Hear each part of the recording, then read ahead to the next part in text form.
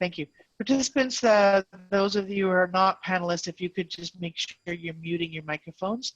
What we're going to do to allow for questions and answers is if you have a question as you're listening to the panel discussion, to please type it into the chat, in the Zoom chat, and I will do my best to sprinkle them in throughout the panel discussion, but we're also going to leave time of 15 minutes before the top of the hour to go through some of the questions that maybe weren't answered and provide more richness to the previous discussions.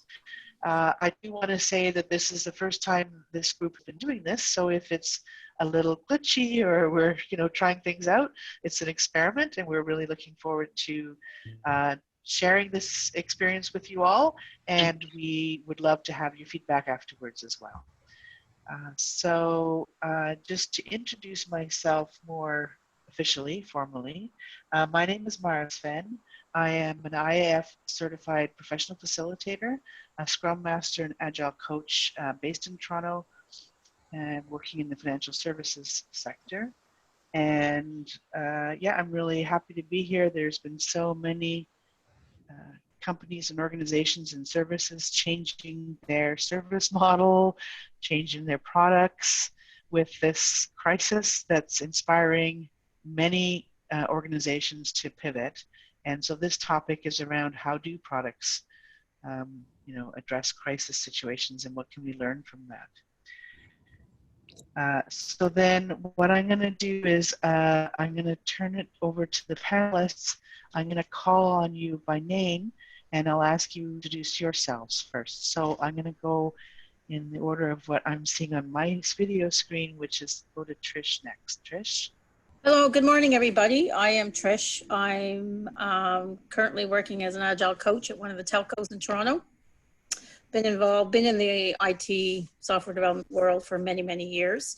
I'm also really active in the Agile community, leading some of the Agile TO, Product Owner Toronto, and we're delivering presentations and information sessions. There's an Agile TO next week. So I'm really involved in the Agile community and here to do my best. Thank you, Trish. And I'm going to go to Peter next. Hi, welcome everyone. Glad to see some familiar names joining us for this discussion. So I'm an instructor at University of Toronto, Ryerson, and University of Calgary. I've been involved in running my own companies and working for very large telcos to smaller companies over the years, and I've seen a number of crises come and go, a number of disruptive technologies come and go, and interested to share some of my perspectives and hear some of your questions around how that impacts products. In addition, with Joanna Tivig, my colleague here, we've written a new book called Gen P, a new best-selling book called Gen P, Product Owners Who Care About Their Customers. We'll look forward to sharing some of that with you as well. Thank you, Peter. And now going to Joanna. Hi, everybody. I'm a Quark team member of Toronto Agile Community. You probably have seen me getting very agitated when Toronto Agile Conference happens. We'll see about it this year. We have no idea what's going to happen. So I'll keep you in the loop. I'm also a Quark team member with Trish for the Product Owner Toronto. I've been teaching for University of Toronto for the last 10, 11 years. That's how I met Peter. And we decided to write together the book. And it's been a very interesting journey for us, talking about it and talking about product owners and making sure that we build that new generation of product owners who actually focus on their customers. So we're very excited about that. And I'm looking forward to talking about product delivery and crisis management and everything that we're going through and see how we can get through this as smoothly as possible. Thank you so much, Joanna. Okay, and as I've mentioned, what we're going to do this morning is I have a few questions for the panelists, Some cases, I'm going to start with a question that each panelist will answer. And then as I go through the questions, it'll maybe one or two of you answering. And I will monitor the chat to see if there's questions or follow-ups from the participants to get further. I may park some of them till the end. We plan about 15 minutes before the end to allow for more of an audience participation. So just to get started, this question's for each of the panelists. I'm going to start with Peter to answer. Please, can you give us one story of a product that is being affected by this pandemic? Peter. Well, there are many products. I mean, I think all products in some way or another are being impacted by the pandemic. But what I've been curious and sort of interested in seeing is how organizations are trying to adapt. I guess I first sort of hint at this was a little distillery here in Ontario. So it's the Dillon's Small Batch Distillery. I see my friend Kevin McCarthy in Ireland on, so he's quite familiar with the distillery business. I saw their item on CBC. I guess it was in couple of weeks ago, but back on Friday, March 13th, that they realized that there's a shortage of hand sanitizer. And of course, hand sanitizer has a high percentage of alcohol, over 60%, with aloe in it. And they figured it would be very quick for them to, instead of making their gin and whiskeys, that they could make hand sanitizer. So they converted over, and within 24 hours, they had 1,000 phone calls for orders for hand sanitizers, which of course they branded with their Dillon Small Distillery on it. But I thought that was interesting how quickly the owner realized he could adapt and change his product, making alcohol, and instead of making it as a spirit, could use it as a hand sanitizer. So I thought that was really interesting. Thank you, Peter. Now I'd like to go to Joanna next. Joanna, can you give us a story of a product or service that's been adapting to this pandemic? So I'll give you the example that's close to my heart, and that's about the universities and the colleges and how they managed to adapt to the new world and adapt their business model. And we have to think about these institutions that they've been very reluctant to go to online because their major benefit or differentiation is the interaction with the students. So they put a high price on that physical interaction and face-to-face. And over the years, we've seen that, it was kind of a second thought approach in terms of the online courses. And I was surprised to see that they turned around really fast. So in about a week, everybody ramped up their technology and their tools and the instruction training, and they could just come together very fast, to support the students, which is with their customers, and focus especially on the support piece, not sales, just the support to finish the semester and finish the year. So this is very interesting, having to think about now you only focusing on support. Great, thank you for that story, Joanna. And I'm going to go to Trish next. What story do you have to share with us?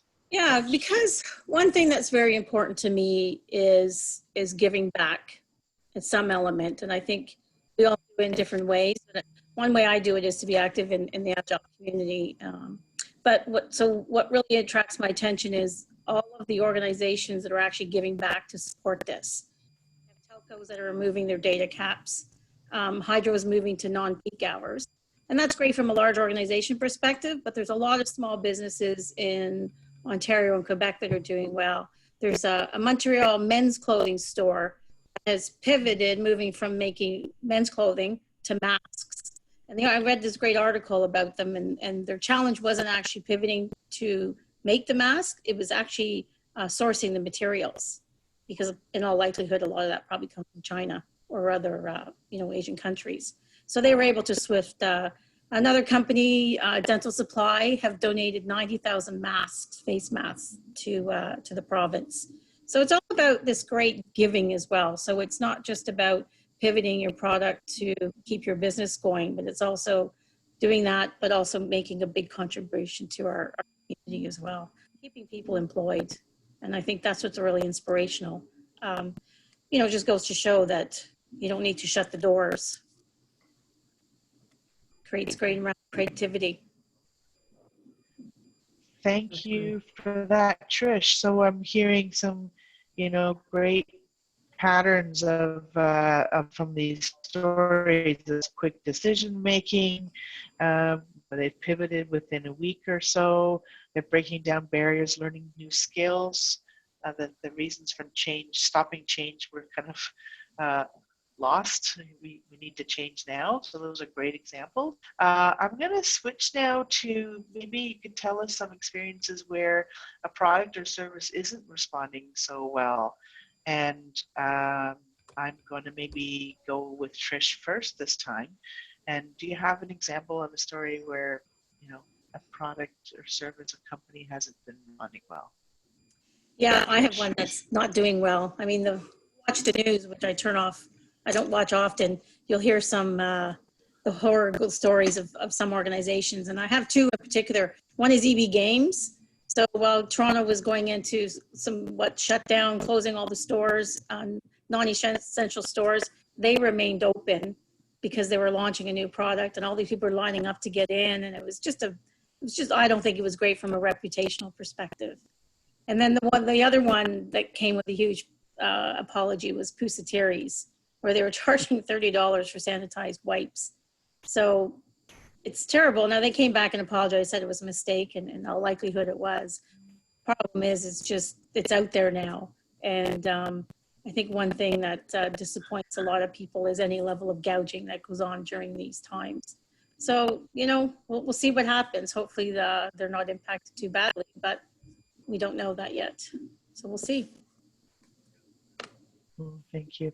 I think my son might have been one of the ones waiting in line for that product in EB Games, because they've been on video screen for the last 3 weeks. It's like sure. Parenting goes out the window when we're trying to adapt as well. But yeah, those were bad from a PR perspective. Yes. Peter, do you have another example of something that wasn't such a good response from a product or a service?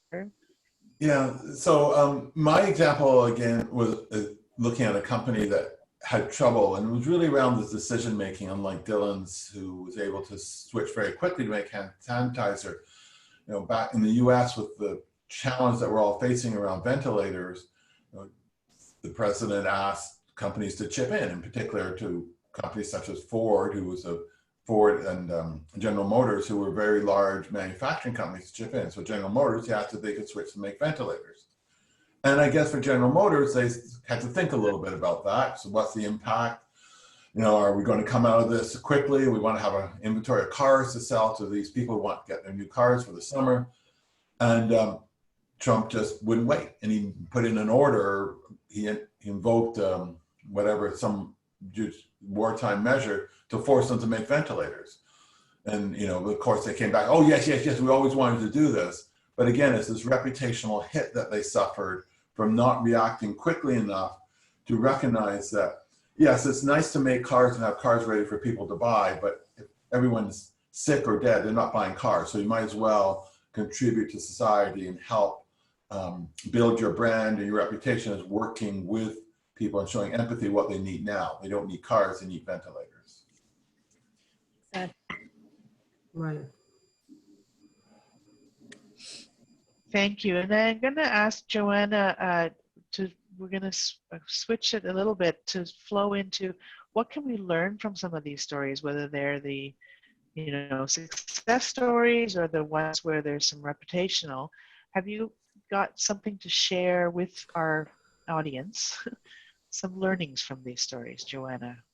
Definitely. I think we're all learning that we need to value the customers, because, you know, from Trish's story on the Pusatiri's, their own customers actually posted the price on social media, and then everybody found out. And if you don't maintain that loyal customer base, and you try to cheat them, basically, because when you raise the price on a basic item because people actually need that item badly, then that means you don't care about your customers.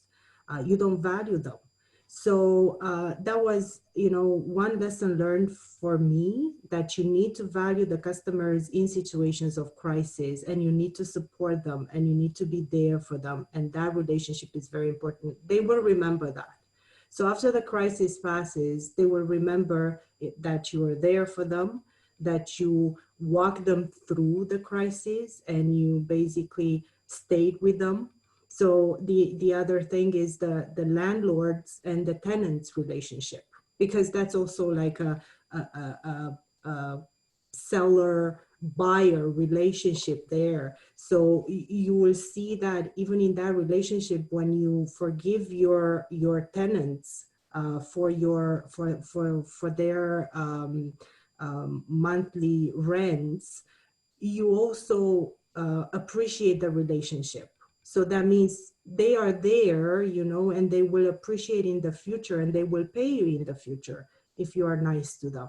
So that's one of the things that I take from this, that relationship with the customer, and nurturing that relationship. So making sure that you keep it there. And the other thing that I'm thinking about is also what Trish was talking about, in terms of empathy, showing more of that empathy. And I see all these GoFundMe happening to raise money, to help businesses, to help people that are losing their jobs everywhere. So this is very important, to just be together, stay together. So these are my 2 cents. Thank you, Joanna, for those.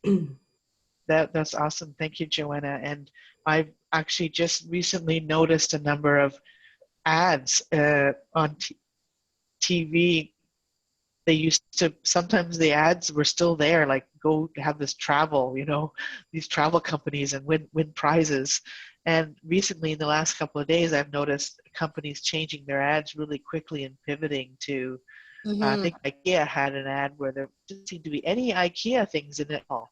And it was just about, take care of yourself. And so that's another, I think, example of that empathy you're talking about, is people will remember that relationship. Are there other learnings that you'd like to share, Trish, maybe from these stories? You want to add to what Joanna's said so far? Yeah, because when these situations, and this is such an unprecedented event in our history in our lifetime as well, and it always does, even though there are some not so great stories, and I do think most people don't have the bad intention. I think they make poor decisions.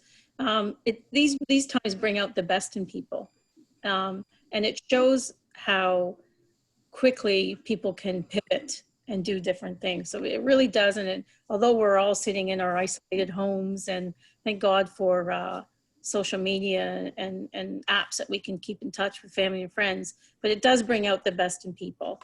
And we get much more creative in these times, because we keep going, and it will end at some point. So, and we can, and from organizational perspective, it's at the telco I'm working at, it was like, just go home and work there. So it wasn't even an issue. And, we're just going, and I find we're all busier now, but we just got to do what we got to do. And we're doing it. And I'm hearing a theme, a few of you have mentioned around decision making, and what can we learn? Maybe Peter, if you can comment on this. I'm pivoting a little bit, picking up on some of what you guys have said so far. What is it about decision making in organizations that we can learn, do you think, or some advice you have to help product teams? Great, thank you, Mara. So one of the things that when Joanna and I started writing our book, we were talking about how all organizations today are facing technology disruptors, and how they're having to adapt to new technology coming in.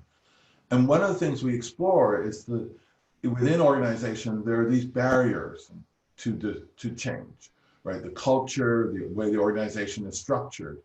Joanna mentioned this a little bit earlier with the universities, that we know we have to adapt because of technology, and we're certainly seeing it for industries, lots of examples who haven't adapted because of technology that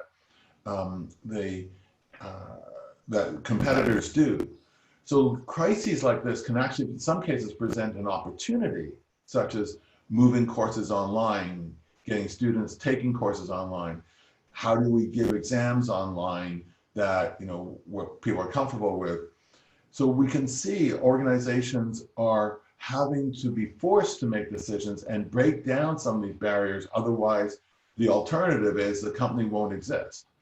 So this, I think, in some ways, having this large disruptions, these crises, are forcing us to look at some of these things. So as people are now learning that, well, stores are closed, I have to go online to order stuff and get it delivered. Okay, are we going to feel like this is a lot easier to have people show up at our front door and drop off boxes rather than having to hike out and face crowds? So as a retailer, are you going to learn to say, well, how am I going to deliver products online, right? And deal with customers online? Am I going to make my product so that I can sell it online in such a way that I don't have to have a face-to-face contact? How am I going? And if I don't solve this now, I'm going to be out of business. So I think this is where companies are forced to make decisions, and some of the barriers through culture that have prevented them from making decisions are now disappearing, or giving leaders more of an opportunity to force them through. And if I want to add a little Go ahead, bit on add that. something. Yes, Yeah, Joanna. because I think what I'm seeing is also, in some institutions, especially in the government, there were layers of decision making. So you couldn't pass that rank. So what I'm seeing right now, they're bypassing that. So when you're thinking about, all those regulations around making masks and, trying to get the tests out there and making those tests. Now everybody is asked to make those masks, face masks, and they give them basically the patterns, and then they just make them. Before, everything was very regulated. It was supposed to be going through so many levels of approvals. Look at US, they even took out all those levels because they realized we need to move fast. If we don't remove them, it's going to take forever for us to make decisions, and we cannot afford that. So there is a sense of urgency that happens there to force that, fast decision making, which I think is very important. Which goes to show as well. Thank you so much. With all those layers, yes, go ahead. Let's hope that organizations continue with, we can do things quicker. We don't need the multiple layer decision making. So Right. I think I can add one other. Yeah, let's hope this learning stays. Yeah, go ahead, Peter. And one other thing I'd like to add as well is, as a customer in this time, because of the crisis, I'm a lot more forgiving when organizations make mistakes. Right. So that as in the old days, 3 weeks ago, 4 weeks ago, there was a lot of concerns. If I don't get this right as a company with a product, I'm going to be really penalized by my customers. They won't accept it. But now we have this opportunity where customers are going to be forgiving. They know we're trying. If we don't get it right, as long as you're willing to adapt and change as you go along, you'll be fine. So there's another way where we don't have to be perfect. We just have to be moving in the right direction and not hopefully making things worse. Thank you. Thank you all for that. So now let's move to a question around the fact that and Joanna touched on this a little bit, the value of universities placing a high price on the human interaction. And so what ideas or what can organizations do in this world, especially those that are relying on those human interactions? How can they adapt? Maybe I'll start with, I'll go. who wants to start this one? I'll go. Trish? Yeah. Okay. So Yes, Trish. just not long after, well, actually, no, let me step back. I'm organizing a family reunion in Ireland this year, and we booked early September, which is unusual. Usually we do it in July. So after this virus had started spreading, I booked my flight at the end of August. So where I'm getting to on this point is that the travel industry has taken a big hit. Anything travel and tourism, hotels, airlines, cruises, as you know. So I think in terms of that interaction piece, I think they're going to recover really quickly. That's what the talk is, very quickly. I'm hoping it's long before I fly out at the end of August. But while they're letting people are being let go, they still have to be ready for when things change and we get back to somewhat whatever the new normal is. But these folks have to be ready to go, so they can't just sit idle in that perspective. So how we're changing fast, maybe things have slowed down tremendously for them, but they have to be ready. I'm sure there's a lot of planning and strategic discussions going on about when and if we do the V-shaped recovery or the U. I think hopefully it's the V-shape, that they have to be ready to go, because I think after people being cooped up inside, there's going to be a lot of people are going to want to get out and do some traveling, get out to your favorite restaurants and whatnot. But I think that human interaction thing is got to be ready to go. I think it's going to be fast and furious. Let's cross our fingers. So Yeah. Joanna, do you have anything you want to add as far as the human interaction piece of how organizations can adapt? Yeah, and I have something, and I think I'm looking at it from a different perspective in terms of those companies that relied heavily on human interaction. They can actually see it as an opportunity to experiment and diversify their business as well. So if they go into online now, they should continue and see how that is going. So I have an example. My younger son is taking piano lessons, and the piano lessons, of course, it's highly interactive and it's face to face, and you have to be there and, do it together. So the teacher decided to do it online. The first Zoom meeting was a disaster, as you can imagine, setting up the camera and everything, and her needing to see his hands, him needing to see her, face and so on.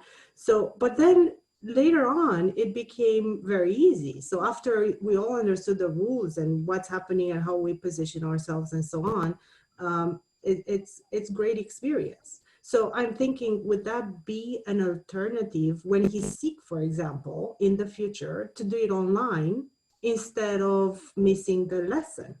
So this is a great opportunity to diversify your business and do both and see what makes sense and when it makes sense and think about the context and have that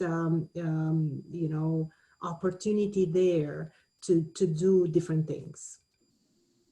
and yeah, to add on to that, just to add on to that is anyone that's working in the agile world knows there's a million courses and an amazing amount of certification you can get. They have pivoted so quickly, and there's so much of their courses coming online as well.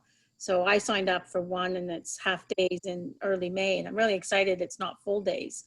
And it'll be interesting because they're probably all over the world on it. So it's amazing how quickly they've been able to adapt. If I can just add, one of the things that we have to learn to be a lot better at is around the communications. With the in-person interaction, we have the full body that we use to communicate. But when we go online and go virtually, as we're doing now, we don't. I mean, we're running our cameras so you can see our faces. Remember, there's cute stories about people, why they turn on cameras, why they don't turn on cameras. A lot of issues there. Won't get onto all of that. Nor am I that a hint for people to turn on their cameras either, because bandwidth's suffering as well. But it's a matter of communicating and communicating frequently. So in this day and age where things are changing so quickly, as a product owner, you have to think, I need to communicate to my product team what's going on so they know. I need to communicate to my customers and communicate frequently of what's happening. And as we're seeing, some of the ads are using different, as you mentioned, Mara, using different messages, not so much about the products that they're selling, but how they're supporting the customer, how they're trying to relay the message that you have. I was taken by an A&W ad, which looks like the A&W guy did it on his iPhone, on his cell phone, his smartphone, to record it. Low tech production, but just reiterating, stay safe, follow the orders, and so on. But it's around having that communication, that we're here for you, we're listening to you, right? We're trying to think about ways that we can help with our product, even if it's not directly being able to switch over to make PPE, personal protection equipment, or hand sanitizers, or ventilators, but there's other things that we can do to help out. And I think that's so important for any company and any product owners. Just communicate, and when you're tired of communicating, do it more. From that social, thank you. And from the social interaction. Yeah, go ahead, Joanna. Oh, Patricia, yes. Okay, thanks. Just a Sorry. fun side, because we're all cooped up and we can't get out. I organized quarantinis with friends last night, and it was a lot of fun. One person took an hour to get online because they couldn't figure it out. But anyway, it was a fun night. We talked for 2 hours and had a laugh and ended it. So, using the Zoom, I just got the Zoom account. I always just use the free one, but it's a great tool, and they're busting it out in the market. So everybody, so many millions and millions of people, their stock price has gone up significantly. So so is their revenue, obviously. But there's a lot of great tools out there, and people are really pushing their products. So you can use them on a personal level. I'm sure everybody is. So quarantinis with friends is fun. I would recommend that.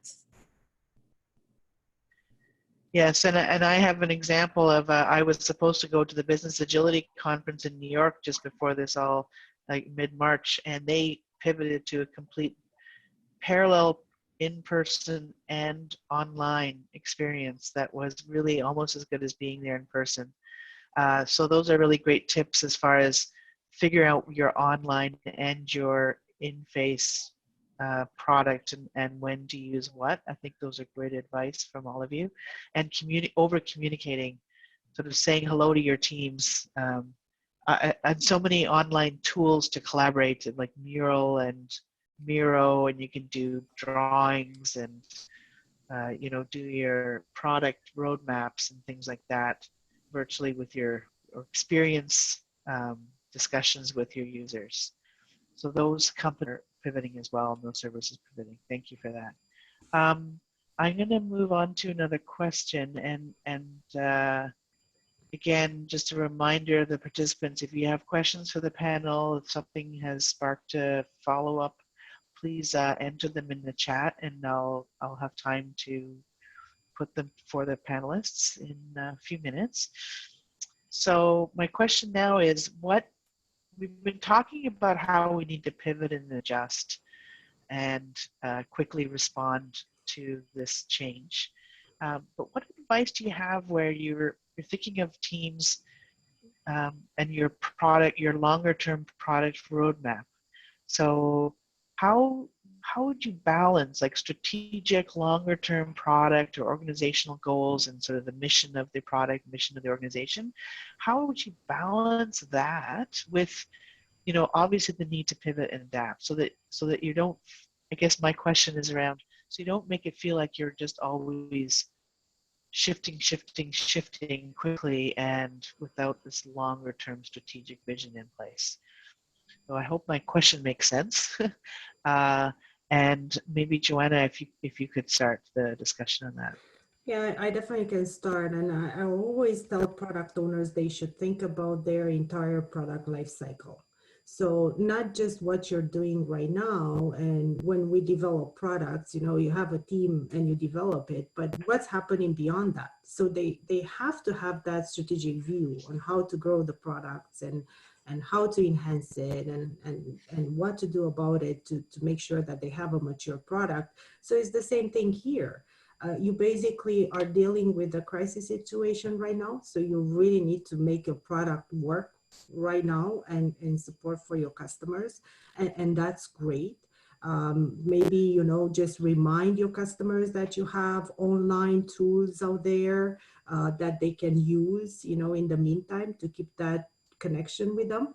But then think about what's going to happen afterwards. So how do you need to support your customers going forward? When we're getting out of this crisis, what would they need?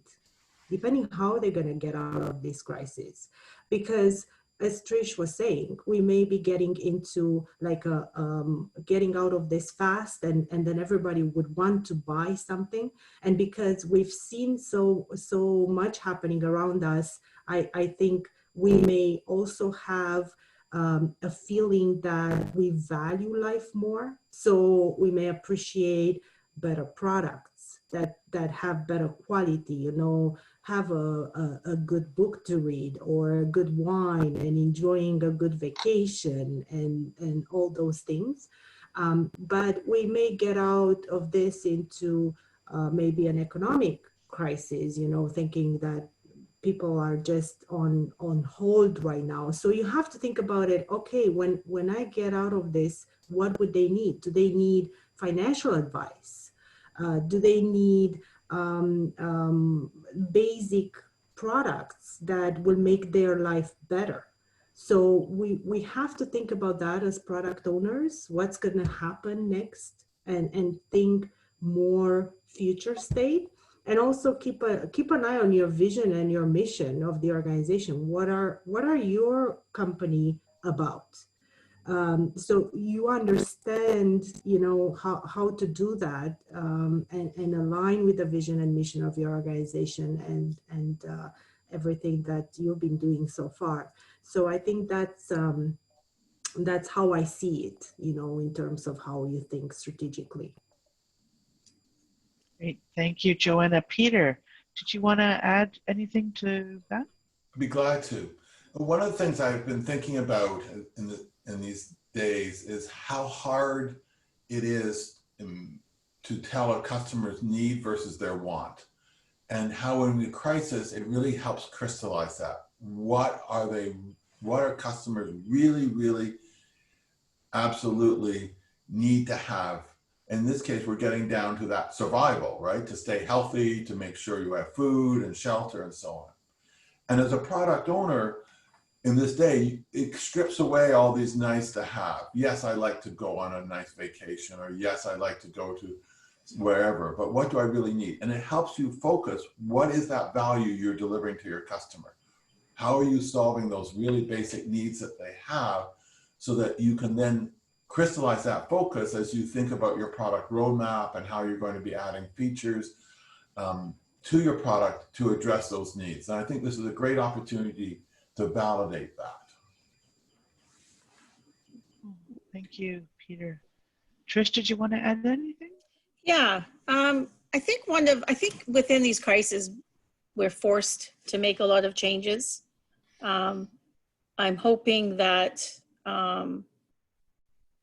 for advice is to sort of maybe keep that mindset going for product managers and product owners. Being forced to change is really great in some ways, and in others it may not be. But I'm going to use an example of a bank or real estate. Like a lot of banking and real estate is face-to-face. But are there other ways that we can move a lot of these services online and make it bring more information or bring more tools to their customers? So maybe, you know, my advice is, and there are some people that are great at changing. I love change. Other people don't. But take that mindset of being forced and take it forward with you post-virus. I think. And I have a question actually from what, oh, sorry, go ahead, Trish. No, go, I'm done. Okay. Question from Fod, thank you, on the participants. He asked actually, should our products change because of the crisis? So I don't think that's necessarily going to be the case. We have to, I guess, think about what the crisis is. what the crisis is. So maybe in the case of what we're looking at, in some cases, things such as pre-PPE, we're looking at from society, should we be making sure that we have a capability of producing certain products in Canada or in a country rather than having to rely on a global supply chain. So maybe the only way you want to think of a change, in my thoughts, the others, is around what's my supply chain like? How vulnerable am I going to be to a crisis to disrupt my supply chain? But the other part I think we have to think about from a product point of view is how flexible am I? Can I adapt my product line? You know, as Dylan's small distillery, can I go from making gin and tonic and gin and other alcohol products to making hand sanitizer? How quickly can I switch? Right. So General Motors, how quickly can I switch from cars to ventilators? Not fast enough, at least according to one person in the world anyway. So I think maybe from that point of view, yes. But I think from a general product point of view, as long as you validate you're delivering value to your customers, the customer may be looking at certain things now, but they'll come back as long as you're able to deliver value. Let's see what Joanna and Trish have to say. It's very dependent on your product as well, right? Trish, It's very dependent, right? Yeah, I agree with Trish. I mean, it depends on the product, but I do think there is opportunity there to change. So if you think there is opportunity to introduce new features to existing products that will help customers going forward, just test that. As we said, you know, like we're living in a constantly changing world, and I think that we can do a lot of experimentation right now because people will be more inclined to those changes. Like, look around, everything is changing. We don't know what's going to happen. So I think they are exposed to those changes. So they will, as Peter said, they will be willing to try new things. So if you think there is opportunity there to change your product and serve your customers, do it. This is the great period to do it. Yeah. And make sure that you stabilize that change, see what's happening, and then you can pivot on that and continue to change.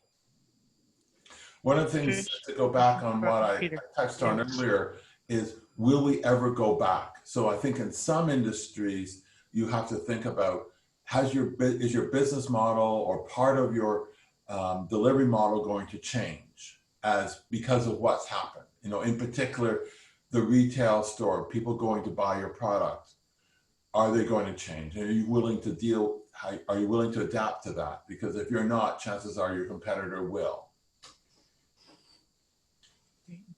Trish, did you want to add?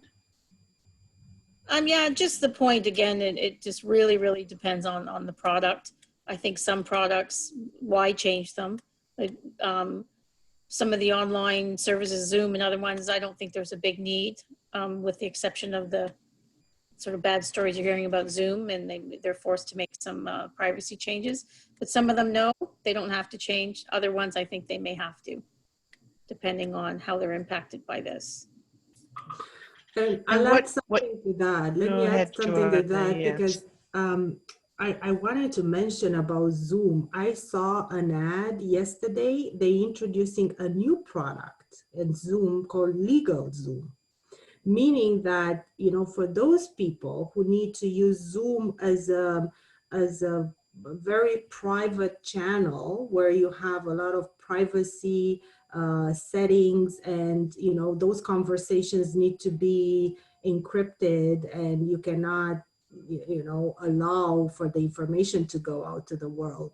So they building these specific products to say, okay, so for those type of conversations, we give you this. I mean, you're gonna have to pay more for it, but even Zoom, you know, is seeing the opportunity to build new products. So I see that as they changing their product as well, you know, so pivoting on what we talked about.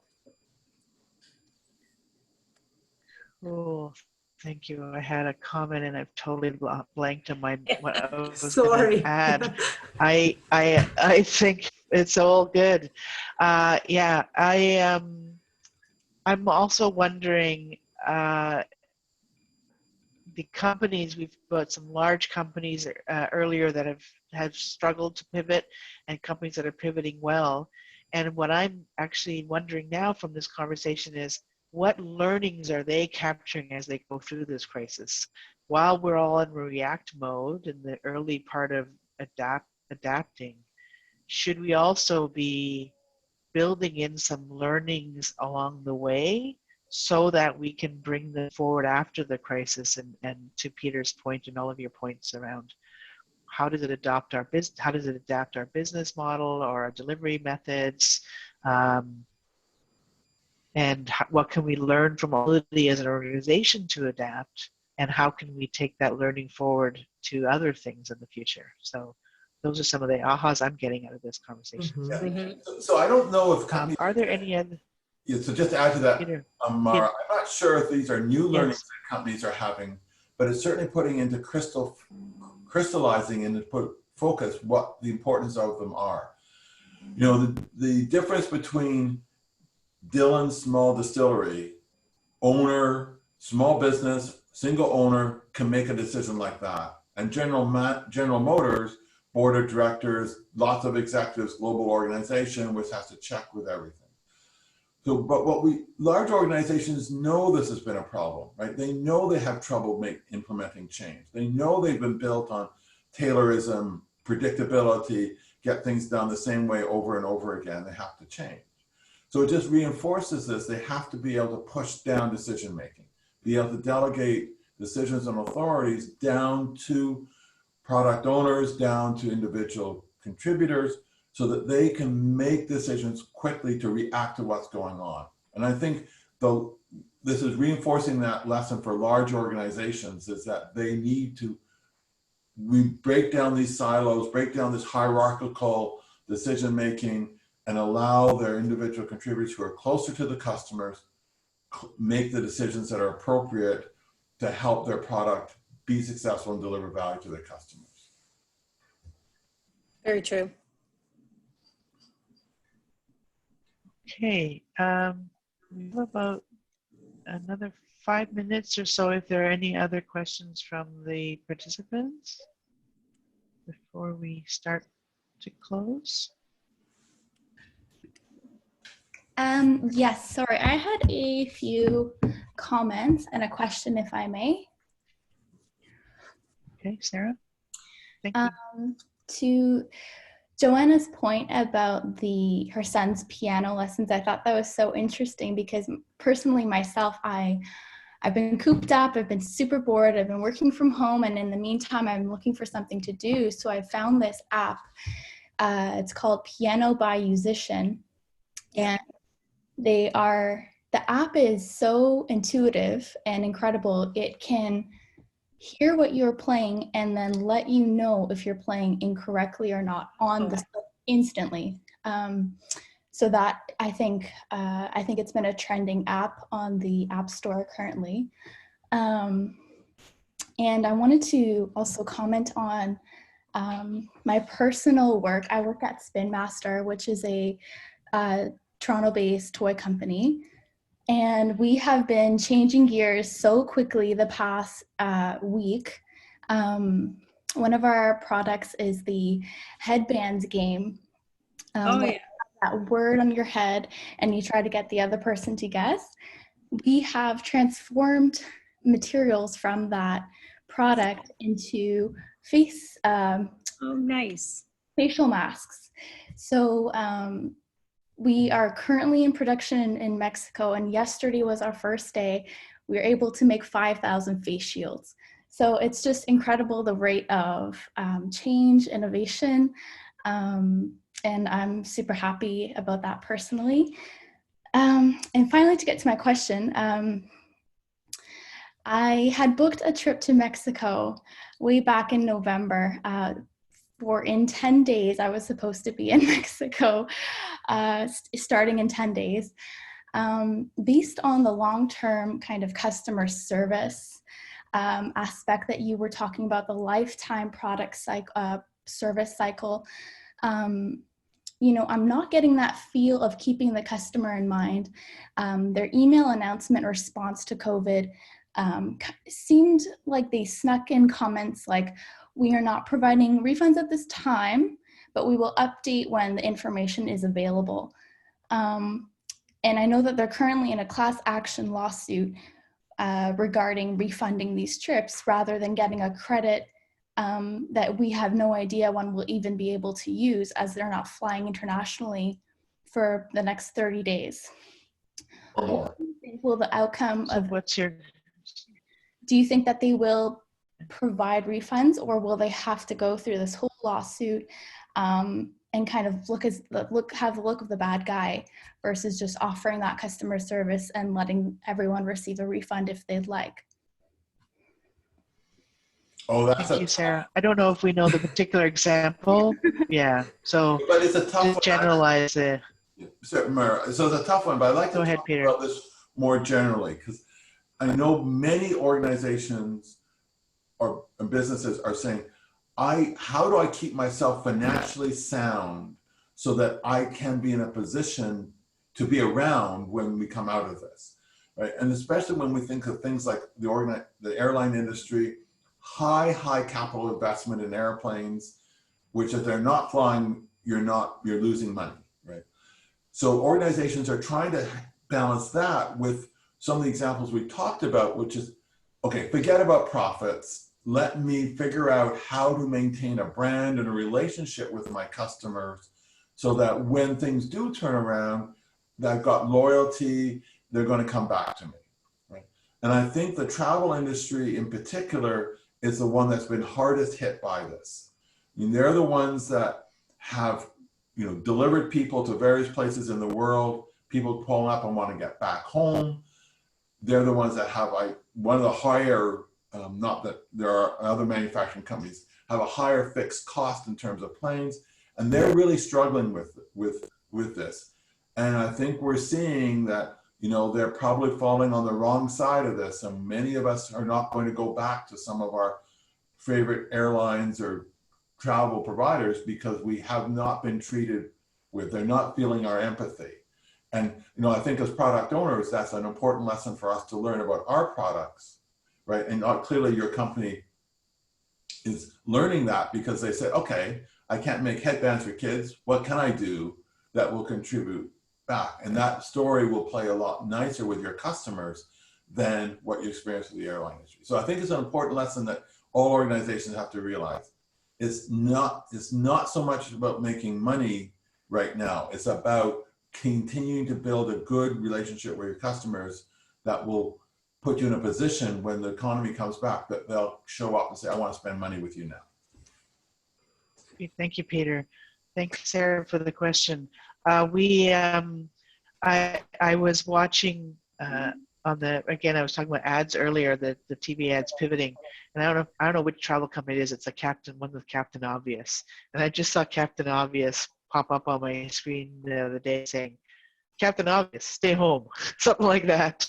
So, but for sure, that industry is struggling, and we have to watch and see how they empathize and how we can support them when we go back to whatever the new normal will be. Just seeing that it's at the top of the hour, I'm going to start. Yes, go ahead. Yes, Trish. Trish, yes, go ahead. I think some of the airlines can withstand that type of service. I think it's terrible myself, but I think some of them can, because I don't think a lot of people, sometimes we don't have as many options in terms of airlines. I know it's getting better than it used to be, but some are known for great customer service, and others are not. So I'm not too sure of the airline, but if I guessed, sometimes some of their reputation isn't all that great anyway. So I think some can withstand being not great, sadly. And The way they respond will help them. Go ahead, Joanna. And that's the difference between profit-driven organizations and customers-driven organizations. Yeah. When you care about profit and shareholders and all that versus customer. So we'll see that differentiation here happening, like it's going to hit us, basically. Sure will. Thank you so much. Okay, before we close, it's getting close to the top of the hour. So Peter or Trish, you're going to share information as to how to stay in touch. If there's a slide you want to share on the screen now for Yes, I'll everybody put to that see. up. And please, thank you. And please, participants, we'd love to have your feedback. If you want to send it through chat now, you can. Or there's contact information on the next slide, I believe, if you want to provide feedback on this session and what what worked well and what would you like to improve for a future session. And so I want to thank all the participants for coming and for your engagement and for your questions. And before we end, I'm going to ask each of the panelists a final question. And so they're going to leave you with a key takeaway as you kind of leave this virtual room together. So I'll switch over. Maybe if you take the slide down, I don't know if we need to keep it up or not, but oh, there's a question here in the chat. Okay. So I'll move it to the takeaway. So if we'll start with Peter, what is one key takeaway you'd like to leave your audience with? Peter? So as I keep thinking about this situation and what we're faced with, I go back to a quote attributed to Winston Churchill, which is, never let a good crisis go to waste. So never let a good crisis go to waste. So there's lots of opportunities here for us. We just have to take advantage of them. Thank you, Peter. Joanna, what's your one key takeaway you'd like to leave the audience with? So one confession that I need to make is that I'm a very touchy person. Okay, so everybody who knows me, I come from a culture where we kiss on both cheeks and we hug a lot. And if you worked with me, I am always willing to give you a hug in situations of crisis. This is very difficult for me because I cannot do that. But I do want to encourage everybody to virtually hug each other. And I just remembered a story about the soldiers in the Second World War, where they were sitting next to each other to feel each other's cloth. Meaning that they reminded themselves that they are together in this. So we cannot do that feel the cloth thing, but we can definitely through these virtual tools like Zoom, we can rub some positive thoughts together and be close to each other and hear each other. So I would say for product owners, keep in touch with your team, feel the virtual cloth of your team and of your customers and of the other product owners and just support each other. Great. Thank you, Joanna. Last but not least, Trish, what's a key takeaway you'd like to leave the audience with? Well, I think that one of my big ones is that, changing isn't as challenging as we might think it is. To take how we're being forced to change or pivot products. If we can take that mindset and use it going forward so that we can drive change and focus more on the customer, because now we know how to, now we know we can do it. So take that and keep that mindset. Great. Thank you, everybody. Thank you, panelists. Thank you for participants. Thank you. I'm going to Thank you close so the meeting much. now. Thank you. If Thank anyone you. wants to Great. connect on And- LinkedIn, please feel free to do so. I'm under Trish Lynch. And- I happen to be wearing a blue top on there too. Same here. Take care. Thank you, everyone. Really Bye. appreciate it. Thank you. Thank you. Bye. Thank you. Cheers. Bye-bye.